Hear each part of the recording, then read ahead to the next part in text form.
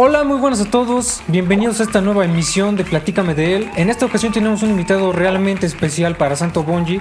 De verdad es un honor poder estar con él esta vez. Por favor, unos aplausos para Misael. ¿Cómo estás, Misael? ¿Cómo estás, Betel? Muy bien, muy contento de poder acompañarte en este programa y de compartir un poco de lo que Dios nos va regalando. Misael es una persona muy especial para Santo Bonji porque nos ha ayudado sobremanera. Los dos discos que tenemos actualmente, él los masterizó. También, básicamente, nuestra infraestructura, todo lo que tiene que ver con eso, él nos ayudó totalmente con ello. Lo que... ¿Sabes? Los in-ears que te pones cuando escuchas la música tocando en vivo, él dijo cuál, o sea, nos ayudó a apoyar cuál comprar. Igual personalmente, a mí me ayudó a conseguir unos platos que suenan increíble, la verdad. Esos platos son maravillosos. Entonces, realmente, estar con él esta vez, además de que es un miembro muy especial del Cielo Abierto, él produce sus canciones, de verdad, es una persona muy importante para la Iglesia Católica. Entonces, de verdad es un honor estar contigo, Misael. Gracias por aceptar. Gracias a ti por la invitación, muy contento de saludarte. Un saludo para allá, para mi hermano Boro, para tus demás hermanos. Soy muy contento de poder compartir un poquito de lo que Dios nos da a nosotros, sus hijos. Amén. Y como otro dato especial que él hizo por nosotros, nos dio nuestro primer teclado controlador MIDI, que básicamente con eso hicimos todos los discos. Entonces, sin él prácticamente no tendríamos discos. ¿Por qué no nos cuentas cómo es que empezaste con toda esta onda de la música y la producción? Bueno, yo tuve la oportunidad desde muy chico de saber qué es lo que yo quería en la vida, que pues, era dedicarme a la música. No sabía cómo y cómo iba a terminar, en qué lugar iba, y haciendo qué, pero sabía que yo quería dedicarme a esto desde muy pequeño y tuve la oportunidad de poderla estudiar. Fue difícil porque en mi casa no era muy bien visto y pese a eso, pues sí, me empeciné hasta que lo logré, la verdad. Y bueno, eso fue en la cuestión musical. Tuve la oportunidad de estudiar un poco de arreglo, de composición. Pues mi instrumento es la batería. Era un poco complicado en esas épocas porque al ser un instrumento no melódico, no armónico, toda la otra parte que yo no tenía que estudiarla como un poquito más intensivamente que alguien que toca guitarra, que alguien que toca bajo, piano, porque yo no toco acordes, yo no toco las escalas y eso. Entonces a mí me costaba mucho trabajo poder retener todo eso, entonces tenía que estar duro y dale, ¿no? Pero bueno, finalmente me sirvió de mucho y gracias a eso pues aquí ando haciendo lo que me gusta. Quisiera que me contaras cómo es que esta onda que haces de producción, cómo es que la implementas para Dios, para su reino. Bueno, un poquito hablando de ese caminar sobre la música, sobre el estudiarlo y eso, pudo haber quedado ahí, en la época en la que yo estaba terminando la escuela. Empezaban las nuevas tecnologías a salir, los programas de grabación, los pocos instrumentos virtuales que existían en esa época.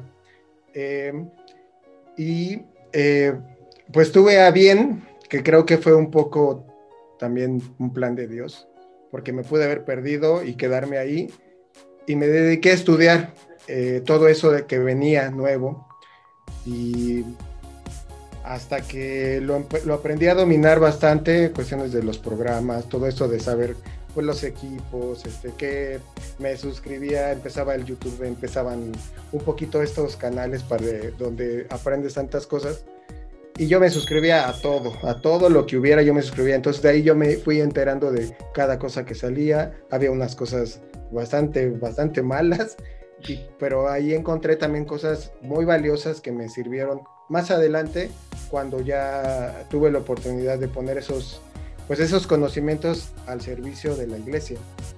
Y gracias a ello, pues es que hoy puedo ayudar a otras personas así como a ti, como a otras personas que me llegan a preguntar, oye, ¿cómo hago esto? Pues si no lo sé, lo investigo, tengo ya como muy claro los caminos por donde puedo llegar a esa respuesta. Entonces, pues me ayudó bastante eso, o sea, como que de cierta manera me volví un poco experto en eso, en encontrar la respuesta correcta a la brevedad, porque también igual en el trabajo muchas veces tenía que resolver cosas, pero prácticamente al instante.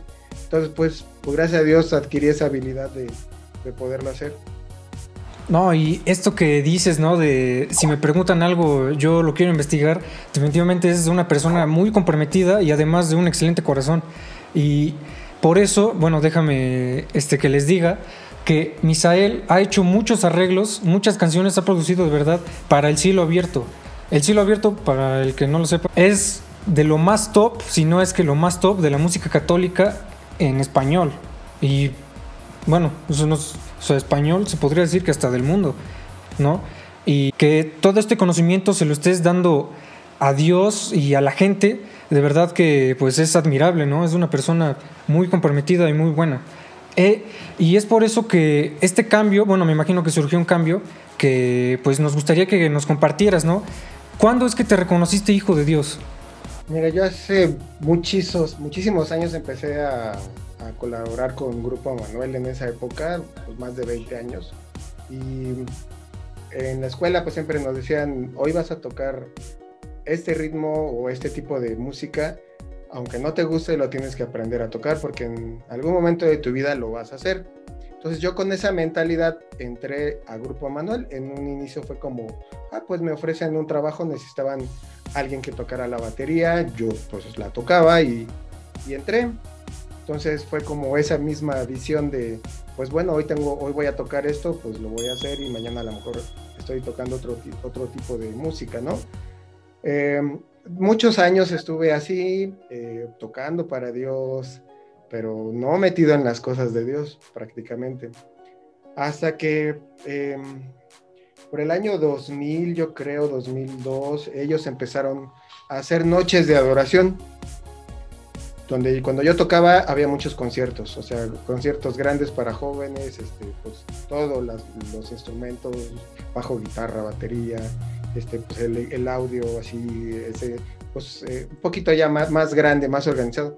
Cuando empiezan estos eventos pequeños de adoración, pues ya no había trabajo para mí, porque yo solo tocaba la batería en ese momento, o sea, no tenía yo otra función en el ministerio, y ellos tuvieron a bien invitarme a participar para seguir yo con un empleo, contestando teléfonos, conectando, cargando las bocinas, y eso en un principio a mí me causaba incomodidad porque yo me sentía fuera de mi papel, fuera de lo que yo conocía y de lo que yo sabía, y poco a poco fui descubriendo que eso precisamente Dios lo puso en mi camino para que yo lo volteara y lo mirara a Él, sin nada de lo que me gusta, que en esa época servía para distraerme, porque cuando yo tocaba antes en los conciertos, pues preocupado de cómo toco, de cómo si me veo bien tocando, si esto, que si el audio, que si se equivocó tal, o muy entretenido en eso, en esas cuestiones meramente musicales. Al quitarme esa distracción, pude enfocarme en él, en aprender a verlo, y sin hacer mucho yo, pues él se volvió parte de mi vida. Te va llamando, sientes el llamado, empiezas a sentir cosas extraordinarias, sobrenaturales, de muchas cosas, de muchas maneras, y él te empieza a hablar y tú lo empiezas a escuchar. Y después de ese periodo fue que comienza una nueva etapa para Grupo Manuel con Cielo Abierto. Entonces ahora sí hubo un lugar para mí haciendo lo que yo sé hacer, y que además durante ese periodo de tiempo, que fue bastante, de muchísimas noches de adoración, yo empecé a estudiar mucho esto que te comento de lo de sobreproducción, porque la escuela pues llegaba hasta cierto, pues hasta se dedicaba solamente a la cuestión musical, pero las nuevas tecnologías, los programas de grabación y todo eso, pues no estaban ahí porque todavía no había planes de estudio para eso. Ahora seguramente si buscas escuelas y todo eso te enseñan cualquier cosa que ahora ve uno en el internet, pero en esa época no existía. Y así fue como al mismo tiempo que yo conocía más de Dios, también al mismo tiempo me iba preparando para el siguiente paso. Y fue cuando comenzó esto de Cielo Abierto, y bueno, ahí es donde todo esto que aprendí se explotó, se llevó a otro nivel, y además tuve oportunidad de conocer gente súper preparada que ya llevaba años haciendo eso, que yo estaba aprendiendo, y también pues obviamente son maestros para ti, para poder potenciar lo que tú vas aprendiendo. Esto de ser hijo de Dios lo reconoces porque ves a Dios como tu papá. Quisiera que nos contaras cuál es la característica más importante que ves a Dios como papá. Verlo a Dios como padre, creo que es algo que también puede marcar un antes y un después para la vida de cualquier persona. Al igual que reconocer a Dios, así verlo como Dios, pero a lo mejor con esa distancia de Dios es todopoderoso, inmenso, y yo soy nada. Y ese es un gran paso en la vida de alguien que se acerca a las cosas de Dios. Pero reconocer a Dios como Padre, de verdad que es otro nivel, porque tú puedes hablar con Él, y como lo harías con tu padre, o sea, decirle así: papá, te necesito, con ese